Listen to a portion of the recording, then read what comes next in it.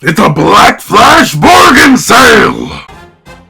What's up guys, Dogapunk here, and here we are to do a nice little breakdown and review of chapter 257 of Jujutsu Kaisen, which is known as the decisive battle in the uninhabited demon-infested Shinjuku, part 29. And ladies and gentlemen, we have a lot to talk about in very little time, so let's not waste any more time, and let's hop right into it. Editing me, are you ready? 3, 2, 1, go. What's up guys, that guy with a pencil here. Fun fact, I do happen to have it on me and keep it on me at all times. And another fun fact, we got 3 sections, 4 minutes each, no timer. I have faith in myself. Let's see if I can stick to it. First things first, we got to cover the massive reveals. Obviously, the confirmation that Sukuna ultimately had a twin, which does confirm twin theory, somewhat, at least an aspect of the fact that Sukuna did have a twin, but also that he ate him. Interesting. Notably, this does actually do 2 things. Number 1, it confirms that Jin Itadori is actually the incarnated brother of Ryomen Sukuna, King of Curses. Big stuff, big stuff, big stuff. Still questions, though. Why are they so strong? Where is their origins? What is their background? Now that we have a solid confirmation of Sukuna, having a mother, and presumably a father, and not being an experiment, maybe, question mark, exclamation point? Weird stuff. Weird stuff. Funny looking stuff. I don't know, but this does confirm one big thing, the fact that the body and the soul can be separate. Because notably Sukuna mentions here that, hey, BT dubs, I nibbled on him because Mama was sick, and she couldn't feed the both of us, so I ate him for sustenance. And thusly, that started Sukuna on his path of on people, but also, it confirms that Jin's soul left the body. So while they may be fundamentally connected on some level, as long as the body is consumed, the soul can still persist in a sort of reincarnation cycle. However, the way Sukuna phrases it here, the idea that it fell into Kenjaku's hands, implies that the soul was, not put into some sort of reincarnation cycle, but, just floating about, and Kenjaku got his hands on it, and then forcefully incarnated Jin Itadori, the other half of Sukuna. So, that's an interesting confirmation. Also, legally speaking, not legally speaking, but at least by the terms of the Jujutsu system as we know it, this actually doesn't make Sukuna just Itadori's uncle, in the sense that he was born of the brother of Sukuna, but technically, since in JJK, twins are literally the same people, Sukuna's actually Yuji Itadori's father. Yeah. Oh yeah. I want you to let those implications sink in. And I don't think we're going to get a Palpatine moment. There is no Palpatine unless it's Kenjaku. But with that being the case, yeah. Sukuna isn't just Kuna, he's actually Daddy Kuna. And I know a lot of people have been calling him Daddy Kuna, but they've been for all the wrong reasons. Now, if you call him Daddy Kuna, you aren't actually incorrect. But with that being the case, the other big thing that gets revealed this chapter is Yuji Itadori having Shrine. Shrine and blood manipulation, and how he got both Shrine and blood manipulation. These 2 things have kind of been having the community in a tizzy. Obviously, for good reason, a character having 2 curse techniques that are so diametrically opposed, or at least not directly synced up to each other, is literally unheard of.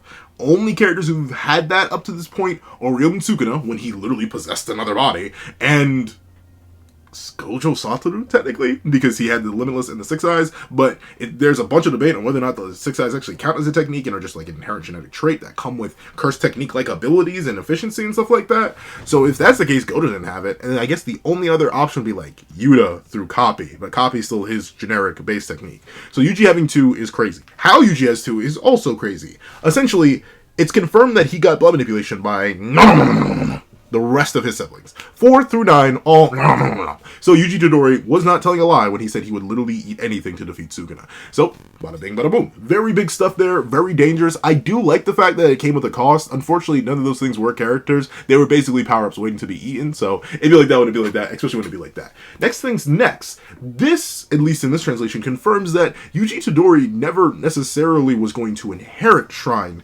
unless he became Sukuna's vessel. This is the engravement argument that Gojo came up with earlier on in the series. The techniques engraved upon the reincarnated body of Ryomen Sukuna. Shrine.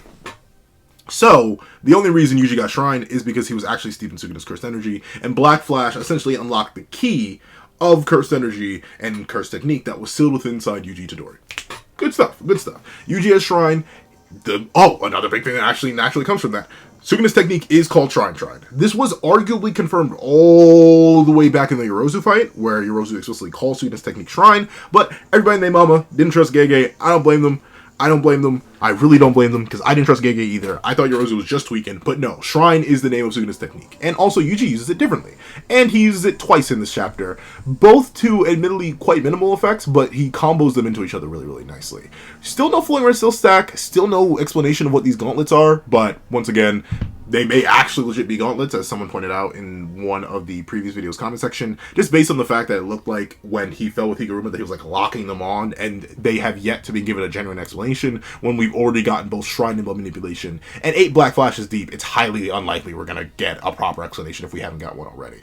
But he uses it on the pillar, showing cleave, and he uses it on Sukuna's leg, which actually does work, but according to Sukuna, since it's a freshly awakened curse technique, the output is naturally going to be very, very low. Now, you may be wondering why it's so important that he's only using cleave. It means he doesn't necessarily understand or yet have access to dismantle, possibly. Or maybe he just doesn't know how to do it yet. He's still figuring that out on the fly instead of being in the zone. So, interesting. Yuji Todori may be developing some range. However, naturally, the big question that comes from this is, who has Yuji Todori surpassed? Is he now the strongest? Is he now top 3 in the verse? As the end of the chapter hints at, do not simply rival the king, but surpass him. As we see him land his final Black Flash, that is what the end of chapter text says. Can't just rival the king, surpass him. It says don't, I know. But with that being the case, I'll put him in top 10. I'll hand him top 10. I'll throw him top 10. But at least for right now, as much as I want to slop Yuji off to the moon, and you know what? I'll be generous. I'll give 2 sides to this hypothetical debate. Either number 1, he's actually legit just Sukuna level based on the end of chapter statement and the fact that he completely ignores a lot of Sukuna's attacks and techniques and stuff like that. And thusly, considering no other character in the series would be able to 1v1 this Sukuna unless they were like in a domain expansion, obviously, Yuji Todori has to be the 3rd strongest in the verse, surpass Yuta, surpass Maki, surpass Takari, surpass everybody else. Bada bang, bada boom, he's the strongest now. Reason I'm not too for that, this is an extremely weakened Sukuna. Like a horribly weakened Sukuna. Like, Daddy Kuna is in horrid shape right now. He's really looking rough. And obviously, if the regular hits from Yuji Todori were knocking Sukuna down to the point where he couldn't heal properly and he couldn't use his domain expansion anymore, and like the soul damage was that bad, imagine what one before this chapter, then another Black Flash, then another Black Flash, another Black Flash, that's 3, and then another Black Flash, that's 4, 5 Black Flashes. Oh wait, we still ain't done yet. 6 Black Flashes. Oh wait, we still ain't done yet. 7 Black Flashes. Sukuna's output is in the garbage. He's in the trash. It is literally beneath the garbage can. If you even assume it has any multiplier and isn't just cool sparky spark, then yeah, I can't necessarily give Yuji all the most credit. Especially considering at this point he still does not have solid range. Without him showing dismantle in this chapter, and without the output being anything all that, like Sukuna legit does not lose a leg, despite Sukuna confirming that Yuji did use cleave on his leg here. We see the mark show up, we see the slash on the leg, but Sukuna's like, ain't all that just yet. I say give Yuji time. Once he unlocks some range and some dismantle, or is able to use blood manipulation entirely on his own, then I'll start knocking him up spots. But ultimately, with how weak this Sukuna is, I'm very leaning against it. Do I mind slopping Yuji off to the moon? Absolutely not. If you want to slop Yuji and say he's number 3 in the verse, I am not mad at it. I'd rather we slop Yuji to oblivion than keep saying he's not even top 15. If I had to pick a poison, I do that. For a more generous middle ground between the two, I definitely say, once again, Yuji's most likely top 10. But I do think right now, without a solid confirmation of his stats, and with how weakened this Sukuna is after a Black Flash Soul Punch, I'm assuming, if I had to hazard a guess, he probably isn't anywhere near the potential that he was before.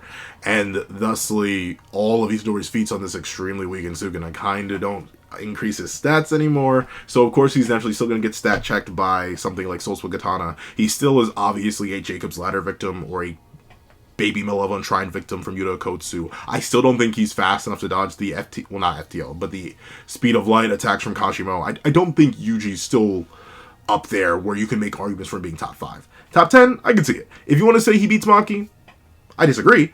But once again, that's my biases. And also just due to a lack of range and stuff like that. But once again, there'll be a more in-depth video. In terms of just sheer this chapter, while Yuji's feats are impressive, crazy, next level, juicy stuff, I still don't think this has really slid him into the echelon of the Honor Ones just yet. But I do think he's getting there. He's definitely getting there.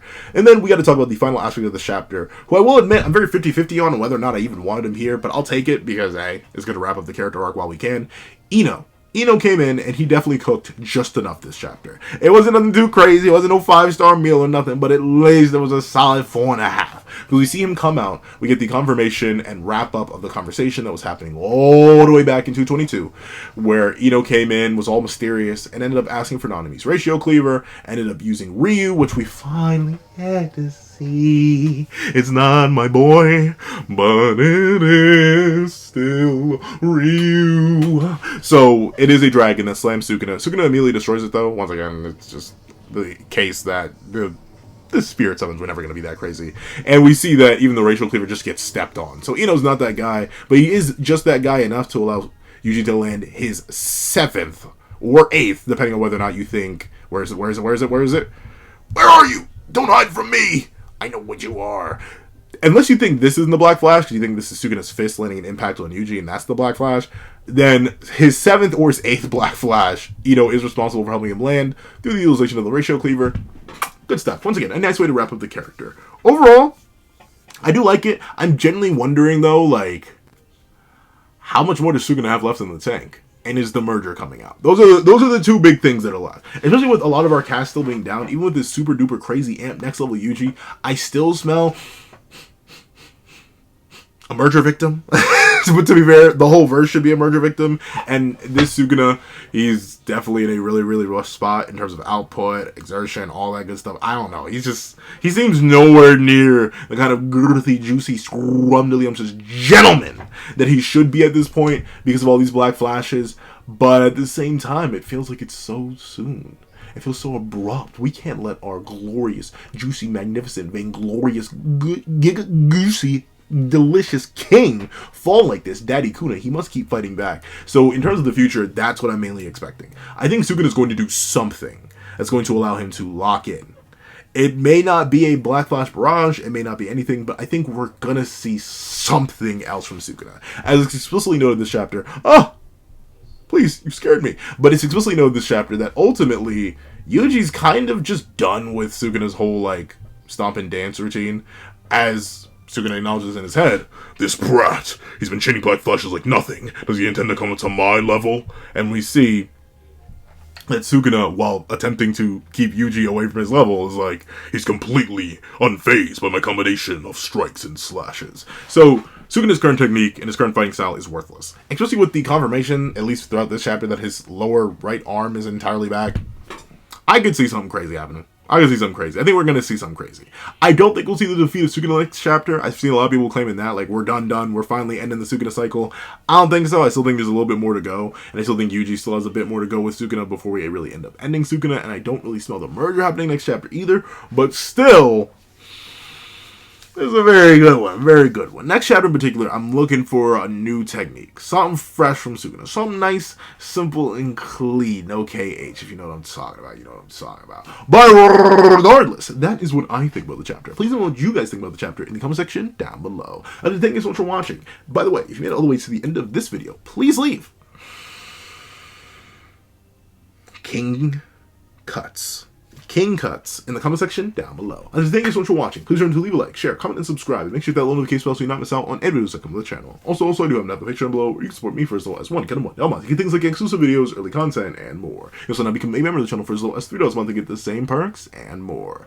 Some of those perks will include the live reaction to this very chapter, ad-free variations of all my videos, and if you become a $25 Patreon or $25 member, you can order whatever video you want. Also, if you want to make a one-time donation or a one-time video request, the link to my Ko-Fi will be in the description down below. Now, I'd like to thank you so much for watching once again, and I hope you guys have a wonderful day. This is Dagger the Pencil, writing off.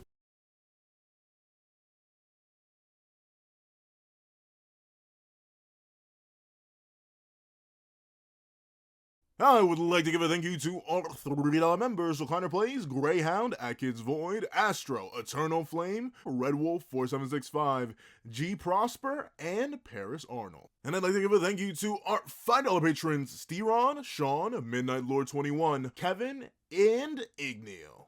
And I'd like to give a big old thank you to our $7 members, Autumn Mornings Lazo and Sick Addiction. And I'd like to give a big old thank you to our $10 member, Robbie Uchiha. And I'd like to give a gargantuan thank you to our $10 patrons, Panda Goat, Joaquin, and Idemokami. And I'd like to give a gargantuan scrumdiddlyumptious thank you to our $25 patron, ChinaDoll09. And I'd like to give another gargantuan gargantuan I have no idea what that word. Thank you to our $25 patron, Calvin Elder.